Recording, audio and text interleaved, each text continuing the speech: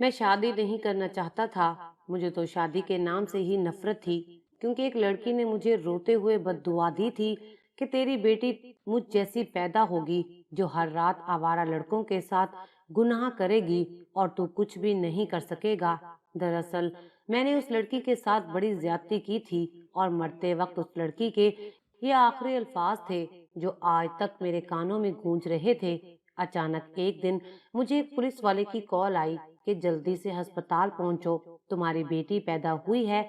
ये सुनकर मैंने उसे कहा कि आपने गलत नंबर पर कॉल की है, मेरी तो अभी तक शादी नहीं हुई। पुलिस वाले ने मुझे धमकी दी कि तुम आते हो या फिर हम तुम्हें आकर किसी और तरीके से ले जाएं।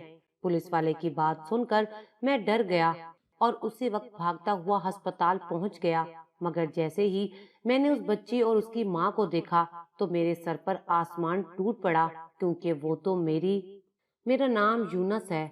मैं अपने माँ बाप का इकलौता बेटा था। ना सिर्फ मेरे माँ बाप बल्कि पूरा खानदान मेरे सदके वारिस जाता था, क्योंकि मेरे ताया और ताई तो अपनी शादी के कुछ ही अरसे बाद ही वफात पा गए थे और ना कोई चचा और फुफ्फो थे। वाहिद एक मेरे बाबा ही मेरे दादा के इकलौते वारिस थे और उनकी शादी के 4 बरस बाद मैं मन्नतों और मुरादों से पैदा हुआ था। हम लोग जद्दी पुश्ती अमीर थे, घर में पैसे की रेल पेल थी। पैसे के हवाले से कभी कोई कमी का सामना नहीं करना पड़ा था, इसलिए मेरी परवरिश निहायत नाजो नम से हुई। मेरी कभी किसी ख्वाहिश को रद्द नहीं किया गया था। हर चीज मांगने से पहले ही मुझे दे दी गई थी और इसी वजह से मैं बेहद जिद्दी हो गया था। पढ़ाई में मेरे नंबर हमेशा कम आते थे, मगर घर वाले कहते थे कि इसने ज्यादा पढ़ लिख कर क्या करना है, बड़े होकर खानदानी बिजनेस को ही संभालना है। मेरे दादा का अलग बिजनेस था और अब्बू का अलग, इस लिहाज से मुझे कोई फिक्र नहीं थी। मैं सारी जिंदगी भी ऐश करता रहता, तब भी ये दौलत कम होने वाली नहीं थी। यूनिवर्सिटी जाकर तो मैंने जिंदगी को भरपूर तरीके से जीना शुरू कर दिया था। मेरे आसपास हर वक्त दोस्तों का हजूम रहता था। फिर लड़कियों ने भी मेरे इर्द गिर्द मंडलाना शुरू कर दिया। मेरी नई और महंगी कार और पैसे देखकर बहुत सी लड़कियां मुझसे दोस्ती की ख्वाहिशमंद थीं। मुझे लड़कियों से झिझक महसूस होती थी, मगर फिर दोस्तों के कहने पर मैंने लड़कियों से दोस्ती करना शुरू कर दी। आए दिन किसी न किसी लड़की के साथ घूमने फिरने निकल जाता। मेरी लड़कियों से दोस्ती एक हद तक ही थी। मैंने कभी उस हद से आगे कभी किसी लड़की को नहीं जाने दिया था। दो चार मोहब्बत भरे जुमले बोल लिए और बस। मेरे दोस्त मेरा मजाक उड़ाते थे और कहते थे कि लड़कियां तुम्हारी झोली में गिरने को तैयार रहती हैं और तुम पारसा बने रहते हो। मैं जितना भी बिगड़ा हुआ था, मगर मुझे औरत की इज्जत करना आती थी। मुझ में लाख बुराइयां सही, मगर मैं उन लोगों में से नहीं था जो औरत का फायदा उठाते हैं।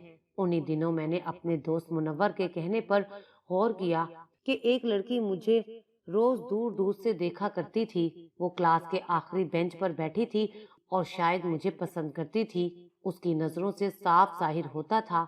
मुनव्वर मुझे उससे बात करने पर उकसाता। आहिस्ता आहिस्ता मेरी उस लड़की से बातचीत होने लगी। उस लड़की का नाम फिरदौस था। वो मुझे आम लड़कियों से बहुत मुख्तलिफ लगती थी। उसे मेरी दौलत से कोई सरोकार नहीं था। वो बाकी लड़कियों की तरह लालची नहीं थी और इसी बात ने मुझे उसमें दिलचस्पी लेने पर मजबूर कर दिया था। मैं अक्सर उसे होटल वगैरह में खाने के लिए बुलाता, मगर वो ना आती, बल्कि वो कहती कि मैं दूसरी लड़कियों की तरह बाहर घूम फिरकर अपनी इज्जत खराब नहीं कर सकती। हम यूनिवर्सिटी में मिल लेते हैं, बस यही काफी है। तालीम पूरी होने के बाद मैं शादी कर लूंगी। फिर दोस्त एक गरीब घराने से ताल्लुक रखती थी, मगर मुझे फर्क नहीं पड़ता था। मैं बस अब यही चाहता था कि मेरी तालीम जल्द से जल्द मुकम्मल हो, ताकि मैं फिर दोस्त के घर रिश्ता भेज सकूं। उन्हीं दिनों अम्मी अब्बू मुझ पर दबाव डालने लगे कि मैं अम्मी की भांजी से शादी कर लूं। वो मुझ पर अपनी मर्जी तो मुसल्लत नहीं कर सकते थे, मगर मैं जानता था कि उसमें मेरी ही गलती है। बचपन से हमारी मंगनी तय थी और मैं भी उसे अपना जीवन साथी समझने लगा था।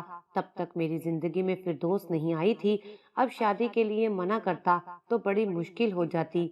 मैं दोस्तों के पास बैठकर इस मसले पर बात करता रहता। दोस्तों ने तो मशवरा दिया था कि मैं फिर दोस्त से भागकर शादी कर लूं, मगर मैं ऐसा नहीं करना चाहता था। इससे तो मेरे वालिदैन की बदनामी हो जानी थी।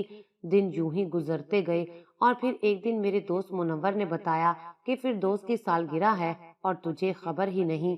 اصل میں فردوس اس کی دور کی رشتہ دار بھی تھی، اس لیے اسے فردوس کی ہر خبر معلوم ہوتی تھی۔ میں نے پوچھا تم ہی بتاؤ کیا کروں؟ اس نے مجھے سارا پلان سمجھایا کہ مجھے کیا کرنا چاہیے۔ میں نے فردوس کے لیے اپنے ایک دوست کے بنگلے پر بڑی شاندار سالگرہ کا انتظام کیا۔ میرے سب دوست بھی مدعو تھے، وہ سب بھی امیر گھرانے سے تعلق رکھتے تھے اور ڈرنک بھی کرتے تھے۔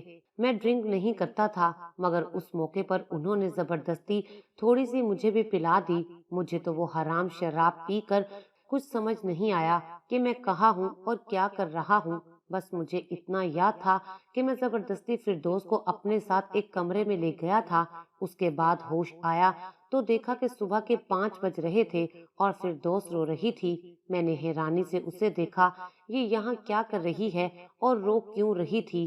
مجھے اٹھتے دیکھ کر وہ چلانے لگی کہ تم نے میری عزت لوٹ کر میری زندگی تباہ کر دی ہے۔ اس کے الفاظ تھے یا دھماکہ، میں تو سن کر حیران رہ گیا۔ یہ وہ کیا کہہ رہی تھی؟ میں نے اس کے ساتھ کیسے غلط کر دیا؟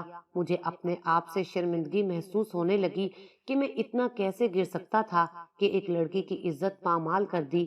میں تمہیں کبھی معاف نہیں کروں گی۔ وہ تو روئے جا رہی تھی، بڑی مشکل سے میں نے اسے چپ کروایا تھا۔ پھر میں کئی دن اسی پریشانی میں ڈسٹرب رہا اور یونیورسٹی نہ جا سکا۔ پھر ایک دن میں گیا تو معلوم ہوا کہ فردوس بھی یونیورسٹی نہیں آ رہی۔ میں نے اس سے رابطے کی بہت کوشش کی مگر اس کا نمبر بھی بند تھا۔ پھر ایک دن اس کی دوست نے بتایا کہ فردوس مر گئی ہے، اس نے خودکشی کر لی ہے۔ سب حیران تھے کہ ایک اچھی خاصی لڑکی نے خودکشی کیوں کر لی، مگر میں جانتا تھا اس نے بدنامی کے ڈر سے خودکشی کر لی تھی۔ میرے تو ہوش و حواس فنا ہو کر رہ گئے تھے۔ اس میں سراسر میرا قصور تھا، میں ہی اس کی موت کا اصل ذمہ دار تھا۔ مجھ پر احساس جرم اس قدر طاری ہو گیا کہ میں نے خود کو کمرے میں بند کر لیا، سب سے ملنا جلنا چھوڑ دیا۔ میری اس حالت کو دیکھ کر میرے گھر والے بہت پریشان تھے۔ میں ڈپریشن کا مریض بنتا جا رہا تھا۔ مجھے خواب میں روزانہ فردوس دکھائی دینے لگی۔ وہ کہتی تھی کہ دیکھنا اللہ تمہیں بھی بیٹی دے گا اور اس کے ساتھ بھی یہی ہوگا جو میرے ساتھ ہوا ہے اور تم کچھ بھی نہ کر سکو گے۔ میں چیخنے چلانے لگ جاتا، لوگ مجھے پاگل سمجھنے لگے تھے۔ میری اسی حالت کو دیکھ کر میری منگیتر کے گھر والوں نے رشتے سے انکار کر دیا۔ 2 مہینے بعد میری طبیعت ٹھیک ہونا شروع ہوئی، لیکن میں نے اب فیصلہ کر لیا تھا کہ میں کبھی شادی نہیں کروں گا۔ یہ نہ ہو کہ کل کو میری بیٹی کے ساتھ بھی وہی ہو، کہیں میری سزا اسے مل گئی تو۔ یہی سوچ کر میں نے شادی نہ کرنے کا فیصلہ کر لیا تھا۔ انہی دنوں میں اپنا شہر چھوڑ کر مری آ گیا اور وہاں دادا کا بزنس سنبھالنے لگا۔ پھر دوست والے واقعے کو 7 ماہ گزر چکے تھے اور میں اب بھی پچھتاتا تھا کہ میں نے وہ گناہ کیوں کیا تھا۔ میں رو رو کر اللہ تعالیٰ سے معافی مانگتا تھا۔ میرا سوائے اپنے گھر والوں کے کسی سے بھی رابطہ نہیں تھا۔ اس واقعے کے بعد میں اس قدر بدل چکا تھا کہ اب نظر اٹھا کر بھی کسی لڑکی کو نہیں دیکھتا تھا۔ پھر دوست اب بھی کبھی کبھار میرے خواب میں آتی تھی، مگر اب میں پہلے کی طرح چیختا نہیں تھا، بلکہ آنکھ کھلتے ہی اللہ تعالیٰ سے معافی مانگ لیتا تھا۔ میں کبھی کبھی بہت حیران ہوتا تھا کہ میں نے کیسے اتنا بڑا گناہ کر دیا اور اپنی ہی نظروں میں گر گیا۔ میں یوں ہی زندگی گزارنے لگا۔ اماں اور ابا اکثر مجھے شادی کا کہتے، مگر میں انکار کر دیتا۔ اتنا شکر تھا کہ میرے قریبی دوستوں میں سے بھی کسی کو میری حقیقت کا علم نہیں تھا، ورنہ سب کے سامنے میری کیا عزت رہ جاتی۔ ایک دن مری کے مال روڈ پر میں کسی کام سے گیا تھا۔ ان دنوں وہاں بہت رش تھا۔ کچھ لڑکیوں کا گروپ میرے قریب سے باتیں کرتے ہوئے گزرا تو جانے کیوں مجھے فردوس کی آواز کا گمان ہوا۔ میں نے فوراً پلٹ کر دیکھا تو ایک لڑکی مجھے فردوس جیسی لگی تھی۔ میں نے بے اختیار سے اسے آواز دی، پھر میں بھاگتا ہوا اس جانب گیا۔ وہ لڑکیاں کافی آگے نکل گئی تھیں۔ میں بڑی مشکل سے وہاں تک پہنچا، مگر جب ان کو غور سے دیکھا تو مجھے ایک جھٹکا لگا کہ ان میں سے کوئی فردوس نہیں تھی۔ میں نے اپنی بے وقوفی پر خود کو ڈانٹا کہ ایسے بھلا کیسے ہو سکتا ہے، وہ تو اس دنیا سے چلی گئی ہے۔ لیکن میں کیا جانتا تھا کہ ابھی میری زندگی میں بہت کچھ ہونا باقی ہے۔ ایک دن میں آفس میں کام کر رہا تھا کہ اچانک ایک کال آئی۔ میں نے دیکھا کہ نمبر انجان تھا۔ तो कॉल पिक ना की, मगर मुसलसल बजती बेल से तंग आकर मैंने कॉल पिक की तो दूसरी जानिब से एक आदमी था जिसने अपना तारुफ करवाया कि वो एक पुलिस वाला है, और फिर उसने बताया मेरी बेटी पैदा हुई है, मैं जल्दी अस्पताल पहुंचूं। वो कहने लगा जल्दी से सब काम छोड़ो और अस्पताल पहुंचो। उसकी बात सुनकर मैंने उससे कहा कि आपने गलत नंबर मिलाया है, मेरी तो अभी तक शादी भी नहीं हुई। तब वो पुलिस वाला जरा गुस्से में बोला कि मैंने दुरुस्त नंबर पर ही कॉल की है, बच्चे की माँ ने खुद ये नंबर दिया है और कहा है कि राब्ता करके इत्तला दे दो। मैंने तहम्मुल से कहा जनाब, मेरी तो अभी तक शादी नहीं हुई, फिर मेरी बेटी कैसे पैदा हो सकती है। वो कहने लगा कि आपका नाम यूनुस है ना, वालिद का नाम इम्तियाज अली और वालदा का नाम नौशीन है, लाहौर के रहने वाले हैं और आजकल मरी में हैं। मैं तो अपने बारे में इतनी दुरुस्त मालूमात सुनकर हक्का बक्का ही रह गया था। मैंने कहा कि आपको मालूमात तो ठीक है, लेकिन फिर उस पुलिस वाले ने मेरी बात काट दी और कहा कि जल्दी से आकर अपनी बेटी को लेकर जाओ, वरना अंजाम के जिम्मेदार तुम खुद ही होगे। और फिर उसने मुझे अस्पताल का एड्रेस बताकर फोन बंद कर दिया। मैं सोच में पड़ गया कि जाऊं कि ना जाऊं, मगर फिर तजस्सुस के पेशे नजर जल्दी से गाड़ी में बैठा और अस्पताल की जानिब चल दिया। मुझे ये जानने में दिलचस्पी थी कि मेरी बेटी कहाँ से आ गई और किसने उस पुलिस वाले को मेरे बारे में इतनी मालूमात दी थी। मैं भागा भागा अस्पताल पहुंचा तो नर्स ने कमरे के दरवाजे पर ही बच्ची मेरी गोद में थमा दी। उसके साथ एक पुलिस वाला भी था। जब मैंने उसे बताया मैं ही यूनुस हूँ, तो वो कहने लगा कि इस हालत में आपको अपनी बीवी के साथ होना चाहिए था। आपकी बीवी को आपकी सख्त जरूरत है। मुझे उस पर गुस्सा आ रहा था, मगर वो इतनी बात कहकर आगे चल दिया। मैं बच्ची को देखकर हैरान रह गया। वो तो कहीं से भी देखने में मेरी बेटी नजर नहीं आ रही थी। उसी पल मेरी नजर बेड पर लेटी लड़की पर पड़ी तो मेरे कदमों तले से जमीन ही निकल गई। मुझे अपनी आंखों पर यकीन ना आया, क्योंकि वो लड़की कोई और नहीं बल्कि फिर दोस्त थी। मैंने बार बार पलकें झिपकाई कि कहीं ये कोई ख्वाब तो नहीं, मगर वो ख्वाब नहीं हकीकत था। मैंने हैरान होते हुए पूछा, फिर दोस्त तुम जिंदा हो? तब वो कहने लगी, हाँ। तुम तो बड़ा खुश हुए होगे ये सोचकर कि मेरा गुनाह दुनिया के सामने नहीं आ सका, लेकिन इस गुनाह की निशानी फिर भी दुनिया में आ गई है। ये बच्ची तुम्हारी बेटी है।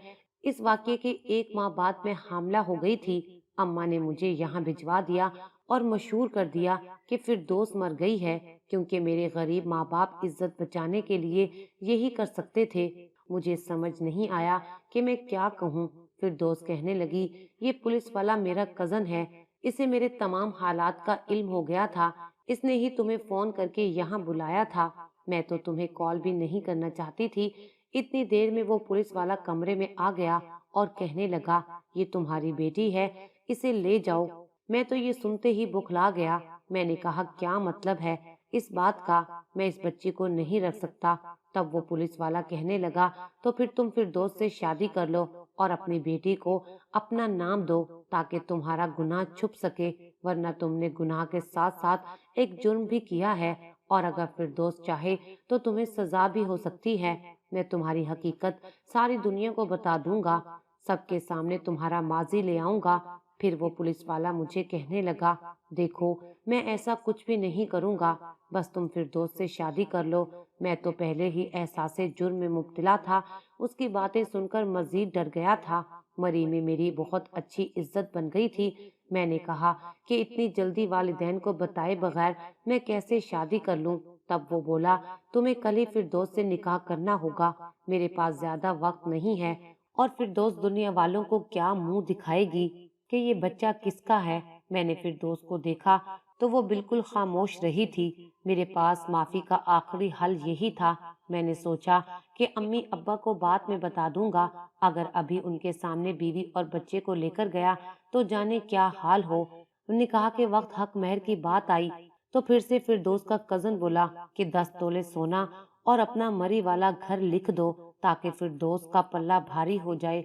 वैसे मुझे ये सब कुछ बहुत अजीब लगा था, क्योंकि एक ही दिन में उसके माँ बाप भी आ चुके थे और उन्होंने मेरा बिल्कुल दामादों वाला इस्तकबाल किया था। मेरी तरफ से मेरे दफ्तर के 2-4 लोग आए थे, निकाह के वक्त मेरे ऑफिस के एक आदमी ने कहा कि यार अभी भी सोच ले, अजीब लोग लग रहे हैं, लालची बहुत हैं। मैं अब उसे क्या बताता कि ये लालच नहीं था, उन लोगों को अपनी बेटी का तहफ्फुज चाहिए था, मैं जो उनकी इज्जत के साथ कर चुका था। अब इसके अलावा मेरे पास और कोई चारा नहीं था। मैं उनकी हर बात पर आमीन कहता गया। मैं तो इस बात पर भी शुक्र अदा कर रहा था। उसके बाद घर वालों ने मुझे कुछ कहा नहीं। निकाह हुआ और फिर दोस्त रुखसत होकर मेरे घर आ गई। जाने क्यों वो मुझे खुश ना लगी। हमारी बेटी अभी हमारे साथ नहीं आई थी। फिर दोस्त से पूछा तो वो लापरवाही से कहने लगी कि बेटी भी आ जाएगी कुछ दिनों तक। मुझे उसका रवैया बिल्कुल समझ नहीं आ रहा था कि माएं तो अपने बच्चों को लेकर बहुत टेंशन लेती हैं। फिर दोस्त शादी के 2 दिन बाद ही कहने लगी कि मेरा हक महर मुझे दे दो ताकि मैं अपने घर वालों को तसल्ली करवा सकूं। मैंने कुछ दिनों तक उसी घर के कागज और 10 तोला सोना उसे दे दिया। यूं ही 2 दिन और गुजर गए तो मैंने कहा कि अब तो अपनी बेटी को ले आते हैं। अचानक से वो गुस्सा हो गई, कहने लगी रहने दो उसे वहीं, मुझे नहीं लाना उसे अपने पास। मुझे तो तुमसे शादी भी नहीं करनी थी, तुम एक बहुत बुरे इंसान हो। उसकी बात पर मुझे फिर से मेरा गुनाह याद आ गया। मैंने जितना गलत उसके साथ किया था उसे मुझसे नफरत ही करनी चाहिए थी, लेकिन वो हमारी बेटी क्यों नहीं ला रही थी। एक दिन मैं खुद उसके कजन के घर जाकर अपनी बेटी को ले आया था, मगर ये सब देखकर फिर दोस्त का मुंह बन गया था। वो बच्चे को पसंद नहीं करती थी। आए दिन बस उसका एक ही तकाजा होता था कि मुझे अपने माँ बाप से मिलवाओ, यहाँ से लेकर जाओ, मगर इतनी जल्दी में ये सब नहीं कर सकता था। मसला फिर दोस्त का नहीं था बल्कि उस बच्ची का था। बच्ची का मैं क्या जवाब देता।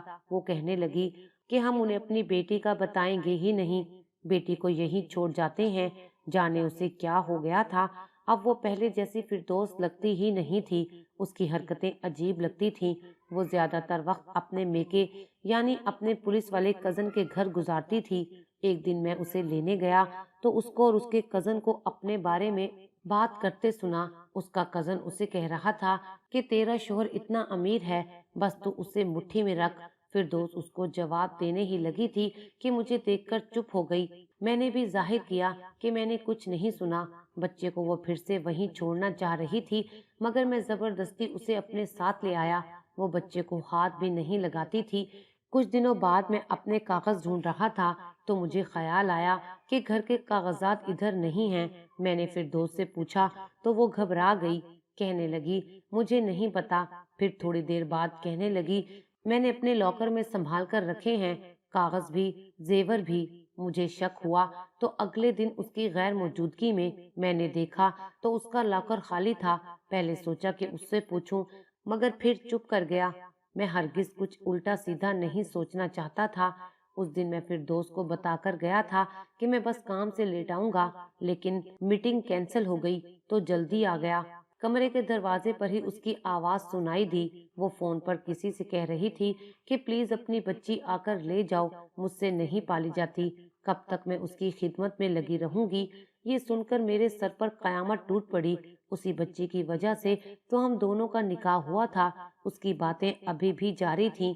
वो कह रही थी कि तुम लोगों ने जो कहा था मैंने वैसा ही किया। यूनुस से शादी का कहा वो कर ली, सोना भी तुम लोगों को दिला दिया, घर के कागजात भी दे दिए। अब और क्या करूं, तुम लोगों का लालच ही खत्म नहीं हो रहा। उस बेचारे को तो ये भी नहीं पता कि उसने मेरे साथ कुछ गलत किया ही नहीं था। वो सभी तो तुम लोगों का प्लान था। इतना सब सुनकर मेरा दिमाग खराब हो गया, मेरी बर्दाश्त से बाहर हो गया। इतना बड़ा धोखा, मैं आज तक उस गुनाह को पछता रहा हूँ जो मैंने किया ही नहीं था। मैंने धाड़ के साथ दरवाजा खोला। मुझे गुस्से में देखकर फिरदौस के हाथ से मोबाइल नीचे गिर गया। उसकी रंगत फक हो गई। वो कुछ कहने ही लगी कि मैंने कहा कि बस कुछ मत कहना, मैंने सब सुन लिया है। तुमने मुझे बहुत दुख दिया, हालांकि मैंने सच्चे दिल से तुमसे मोहब्बत की थी, लेकिन तुम इस काबिल ही नहीं थी। एक ही महीने में अपनी असलियत दिखा दी। निकल जाओ मेरे घर से। फिर दोस्त रोने लगी और मुझसे माफी मांगने लगी, मगर मैंने उसे निकाल दिया। 2 दिन बाद एक खत मुझे वसूल हुआ जो फिर दोस्त ने भेजा था। उसने लिखा था मैं जानती हूँ कि आप मुझसे शदीद नफरत करने लगे हैं, मगर कुछ है जो आप नहीं जानते। ये सारा खेल यूनिवर्सिटी के जमाने से शुरू हुआ था। آپ کے دوستوں میں سے ایک لڑکا منور بھی تھا، وہ میرا منگیتر تھا اور ہم شروع سے ہی ایک گھر میں اکٹھے رہتے تھے۔ ہم لوگ اتنے امیر نہیں تھے، مگر منور نے ہمیشہ خود کو امیر ظاہر کیا۔ اسی نے مجھے آپ کو پھنسانے کے لیے کہا تھا تاکہ میں آپ سے شادی کر لوں اور ساری دولت اپنے نام کروا کر خلا لے لوں، مگر میں آپ کو دل سے پسند کرنے لگی تھی۔ جب آپ کی شادی کی بات آپ کی کزن سے چل رہی تھی تو اس کو لگا کہ ہمارا پلان فیل ہو جائے گا، اس لیے اس نے آپ کو میری سالگرہ منانے کا پلان دیا اور وہیں جان بوجھ کر وہ شراب آپ کو پلا دی جس سے آپ ہوش و حواس سے بیگانہ ہو گئے۔ صبح میں کمرے میں گئی اور وہاں جا کر پلان کے مطابق رونے لگی کہ میرے ساتھ آپ نے بہت غلط کیا ہے۔ اس سارے پلان میں ہم دونوں کے گھر والے بھی شامل تھے، حالانکہ میں اس حد تک نہیں جانا چاہتی تھی، مگر میرے گھر والے چاہتے تھے میڈیا کے سامنے جاؤں اور اپنے آپ کی عزت کا تماشا بناؤں، مگر میں ایسا نہیں چاہتی تھی۔ اس لیے میں وہاں سے بھاگ کر اسلام آباد اپنی ایک سہیلی کے پاس چلی آئی۔ میرے پاس اور کوئی راستہ نہیں تھا، اس لیے میں نے اپنے دوست کو کہا کہ یونیورسٹی میں کہہ دینا کہ میں مر گئی ہوں۔ منور نے سب کو جھوٹ بول دیا کہ فردوس نے خودکشی کر لی ہے۔ پھر کئی مہینے گزر گئے، میرے ماں باپ کہنے لگے کہ واپس آ جاؤ، اب ہم تم سے کچھ نہیں کہتے، مگر یہاں میری جاب لگ گئی تھی اس لیے میں نے انکار کر دیا، مگر مجھے پتا تھا کہ ایک بار پھر وہ اتنا بڑا پلان بنا رہے ہیں۔ انہوں نے میری خودکشی کی خبر جان بوجھ کر آپ کو دی تاکہ آپ کو گرفت میں مبتلا کیا جا سکے، تاکہ دوبارہ آپ کے سامنے جب مجھے لایا جائے اس طرح آپ کو گھیر لیا کہ آپ کے پاس میرے ساتھ شادی کے سوا اور کوئی چارہ نہ تھا۔ دراصل میری بہن حاملہ تھی، جس دن اس کا بچہ ہوا اسی دن مجھے مجبور کیا گیا کہ میں ناٹک کروں کہ یہ بچی میری ہے، ہر صورت آپ سے شادی کروں، کیونکہ وہ مری میں آپ کو دیکھ چکے تھے اور تب سے پلان بنا رہے تھے۔ اگر میں ایسا نہ کرتی تو میری بہن کا شوہر جو پولیس والا بن کر آپ کو ملا تھا وہ میری بہن کو طلاق دے دیتا، وہ بھی اس پلان میں شامل تھا۔ میں آپ سے بہت محبت کرتی ہوں اور دھوکہ نہیں دینا چاہتی تھی، مگر بہت مجبور تھی۔ مجھے معاف کر دیں، میں آپ کے بغیر نہیں رہ سکتی، مجھے آ کر لے جائیں، ورنہ یہ کسی اور امیرزادے کو پھنسانے اور اس کی دولت ہتھیانے کے لیے مجھے استعمال کریں گے، مجھے بچا لیں اور آ کر لے جائیں۔ میں وہ خط پڑھ کر بہت شرمندہ ہوا کہ میں نے فضول میں اس بیچاری پر شک کیا۔ میں اسی وقت فردوس کو جا کر لے آیا اور اس کے گھر والوں کو اچھے سے سمجھا دیا کہ فردوس سے آج کے بعد ملنے کی ضرورت نہیں ہے۔ میں نے امی اور ابو کو فون کیا اور کہا کہ آپ چاہتے تھے کہ میں شادی کر لوں تو میں نے یہاں پر اپنی پسند کی لڑکی سے شادی کر لی ہے، آپ کی اجازت نہیں لی، اس کے لیے معافی چاہتا ہوں، مگر ولیمہ گھر آ کر ہی کروں گا۔ اگلے دن میں اور فردوس اپنے شہر واپس چلے گئے۔ امی ابو مجھے دیکھ کر بہت خوش تھے، ان کے لیے یہی کافی تھا کہ میں نے شادی تو کی ہے، چاہے جیسے بھی حالات میں کی تھی۔ انہوں نے فردوس کو بھی قبول کر لیا تھا۔ میں نے فردوس کو کہہ دیا کہ اپنے گھر والوں سے چاہو تو ملنے چلی جانا، مگر یہاں کوئی نہ آئے۔ فردوس بھی انہیں بھول کر میرے ساتھ ایک خوشگوار زندگی گزارنے لگی تھی اور آج اس بات کو کئی سال گزر گئے ہیں، ہم دونوں بہت خوش ہیں۔